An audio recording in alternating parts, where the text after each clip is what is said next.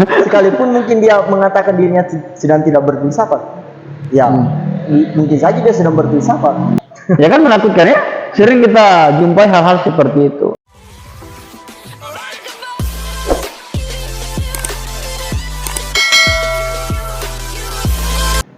Perbedaan yang paling Signifikan? yang pernah yang saya rasakan ketika saya belajar filsafat, yang pertama, ketika saya sebelum belajar filsafat, ketika saya menerima informasi, saya tidak mau tahu ini sumbernya dari mana. Yang saya tahu ini informasi yang saya dapatkan. Sampai-sampai mungkin informasi ini mungkin hoax yang tersebar, itu saya langsung sampaikan kepada teman saya lagi. Jadi menelan mentah-mentah informasi yang? Iya, tentunya. Oh, jadi kalau bahasanya seniorku dulu namanya Bang Muci itu intelektual tukang kutip. Ya, mungkin seperti kira-kira begitu dulu ya. Jadi dengar dari A langsung sampaikan. Langsung sampaikan ya. Oh, gitu deh. Ya. Itu ya, mungkin yang signifikan sekali. Tapi kalau untuk ruang diskusi kira-kira ada perbedaan enggak? Ketika saya belum belajar filsafat dan setelah belajar filsafat dalam ruang diskusi itu beda enggak? Beda, tentunya beda. Kira-kira apa bedanya? Dari apa yang kita diskusikan, apa yang kita dialektikan itu mungkin lebih meningkat. Meningkat ya? Iya, mungkin yang dulunya mungkin hanya cocologi. Iya. Ya, sekarang sudah punya dasar yang jelas. Oh, jadi sebenarnya filsafat juga itu mengajarkan kita untuk menurunkan ego ya? Iya. Oh, begitu ya kira-kira. Jadi bisa menurunkan ego. Iya. Pada ruang-ruang diskusi ya. Mungkin kira-kira bisa nggak dikasih contoh pada saat diskusi dengan teman-teman. Kemudian sebelum belajar filsafat saya diskusi persoalan ini saya angguk-angguk saja. Kemudian setelah belajar filsafat ketika diskusi persoalan ini saya cukup maskulin misalnya. Kalau mungkin berbicara mungkin kalau di kampus yang sering saya lakukan itu diskusi-diskusi mengenai bagaimana membangun kultur dalam kampus itu sendiri.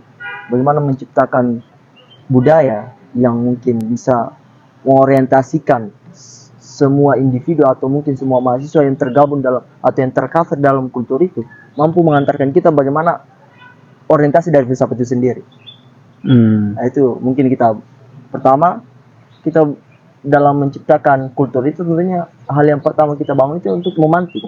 Nah, itu mungkin diskusi seperti itu. Maksudnya bagaimana menciptakan regenerasi. Mungkin diskusi seperti itu mungkin saya lebih maskulin ketika. Iya. Namun sebelum saya belajar filsafat saya tidak tahu menau itu, bahkan saya tidak mau ambil pusing mengenai regenerasi itu seberapa pentingnya atau bagaimana. Bung bisa bicara begini karena ada sentilan-sentilan filsafat atau tidak? Iya, tentunya. Oh, tentu ada ya? Iya. Karena sering dibongkar mungkin ya? Iya. Oh, jadi ada diskusi-diskusi yang terjadi. Dan ada cerita yang menarik sebenarnya. Oke. Ketika saya awal mula belajar filsafat itu berawal dari sentilan-sentilan itu. Ada beberapa teman yang ketika saya ajak diskusi, ketika kita berdialog, argumentasi apapun yang saya keluarkan untuk membantah argumentasinya itu selalu patah. Sehingga itu memantik saya, sehingga itu mendorong saya untuk berpikir, belajar apa sih dia? Dia belajar apa? Dia belajar di mana? Usut ternyata dia belajar filsafat. Iya, filsafat. Oh, jadi sama siapa? Ada senior ya? Iya, ada. Oh, ada senior.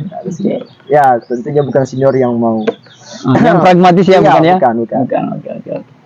Nah, selanjutnya Bung, saya mau tanyakan lagi masih perihal setelah belajar filsafat, setelah itu apa ya?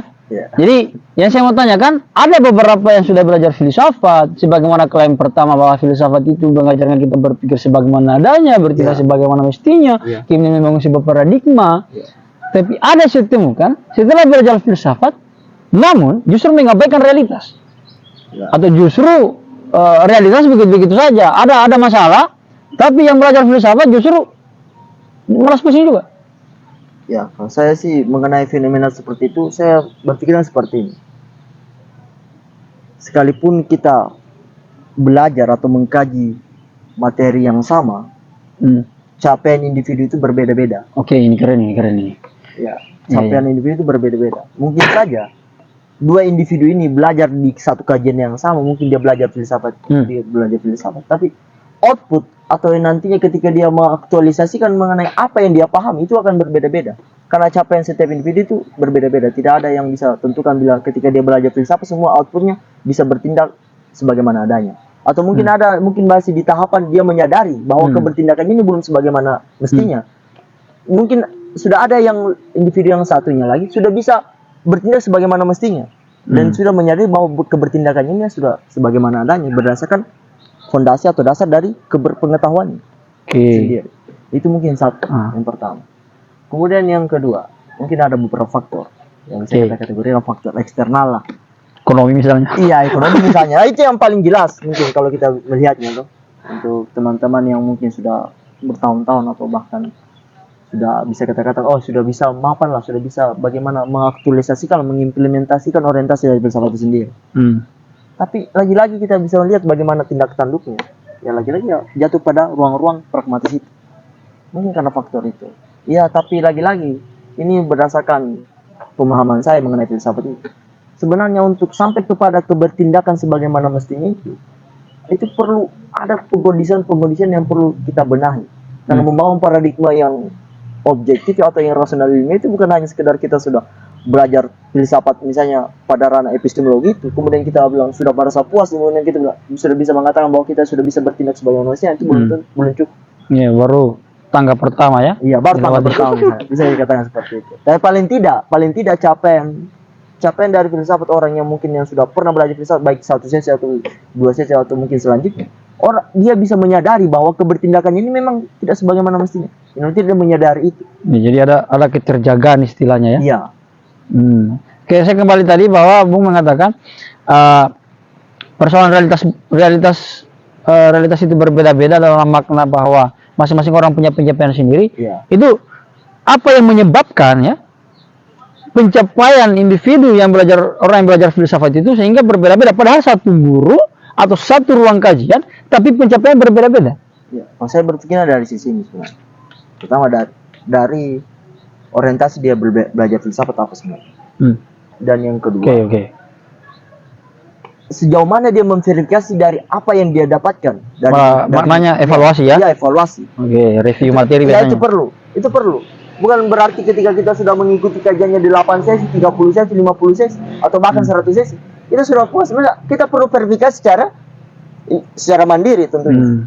Untuk bagaimana mendalami atau mencapai makna yang memang betul-betul bisa mengantarkan kita bertindak sebagaimana yang kita ketahui.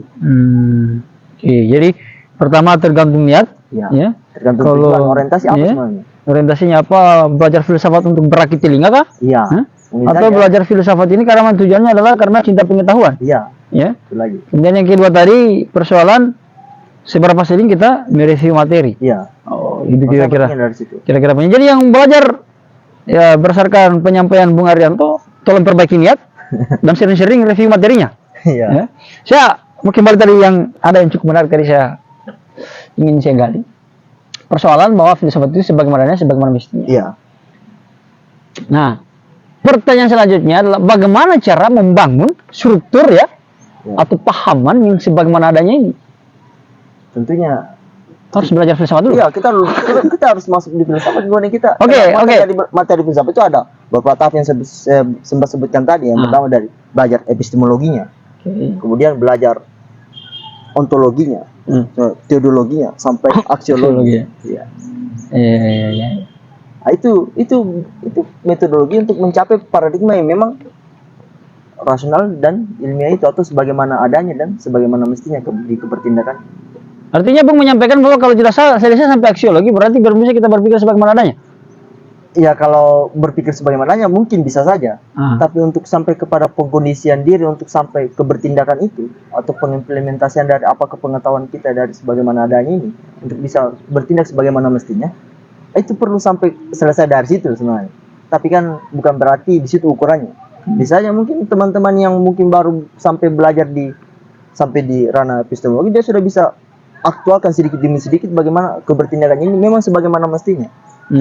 Tapi kalau dari saya, untuk syarat yang perlu dipenuhi secara teoritisnya, ya harus penuhi dulu kajiannya ini, harus ikut semua dulu kajiannya. Oke, kira-kira kan itu tadi ada epistemologi, ontologi, dan aksiologi, teologi, dan lain sebagainya.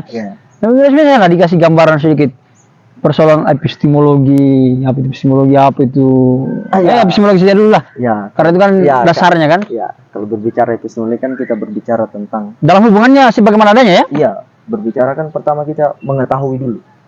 Apa dulu? Nah, bagaimana cara filsafat dalam mengetahui? Itu kira-kira. Sebenarnya untuk mengkaji itu lebih lanjut, mungkin bukan di sini ruangnya. Ada kajian yang lain. Ya kasih gambaran sederhana dulu. Gambar yang lain. Siapa tahu ada penonton yang gara-gara podcast ini tiba-tiba langsung mau belajar filsafat, kan ngeri. Ya, mungkin dalam muatan materi epistemologi ya, pertama kita tahu dulu dengan cara apa kita berpengetahuan, dengan cara apa kita mengetahui, atau dengan alat apa, atau dengan instrumen apa kita mengetahui itu. Ya, setelah itu? Nah, setelah itu setelah kita ketahui instrumennya, bagaimana fungsi dari instrumen, bagaimana keterkaitan instrumen dan hal yang lainnya, atau mungkin kita katakan bagaimana informasi ini masuk ke dalam diri kita, kemudian kita konstruksi, kemudian kita aktualisasikan pada tindakan itu. Kalau berbicara epistemologi itu, dalam artian kan pada sesi pertama itu kita dudukkan dulu bagaimana menentukan ideologi seseorang, atau bagaimana menentukan keyakinan atau tujuan dari kebertindakan seseorang itu. Tentunya ya dia harus tahu dulu bagaimana dia bisa bertindak kalau dia tidak tahu apa-apa. Nah, salah satunya ya, dalam epistemologi itu instrumen, memperkenalkan instrumen untuk mengetahui. Nah, mungkin sederhana seperti jadi kira-kira itu sederhana ya, dari mana kita memperoleh pengetahuan dengan apa. Ya cukup menarik ya. Karena kita bisa mengetahui bagaimana cara kita memfungsikan apa yang kita miliki. Nah, apakah kita fungsikan sudah sebagaimana adanya atau tidak sebagaimana adanya?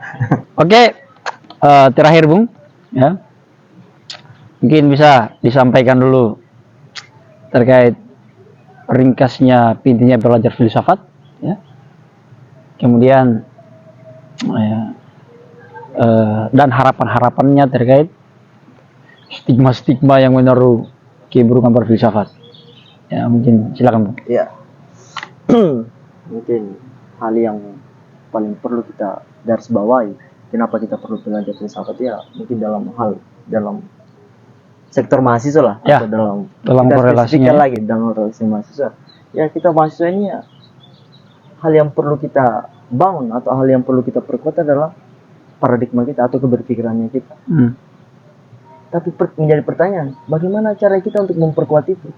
Bagaimana upaya kita untuk membangun itu? Tentunya upaya yang bisa kita lakukan adalah belajar filsafat. Dengan kita belajar filsafat, kita mampu membangun paradigma yang kita inginkan itu. Karena kita ini sebagai mahasiswa, yang menjadi tawaran atau yang menjadi nilai dalam dirinya kita sebagai mahasiswa itu ada ide dan gagasannya kita. Tapi kan ide dan gagasan ini tidak akan hadir semerta-merta, serta-merta langsung hadir, kan tidak. Dia perlu ada upaya-upaya yang dilalui, atau ada metodologi-metodologi yang perlu kita tuntaskan untuk mencapai itu. Nah, salah satunya dengan belajar filsafat. Oke.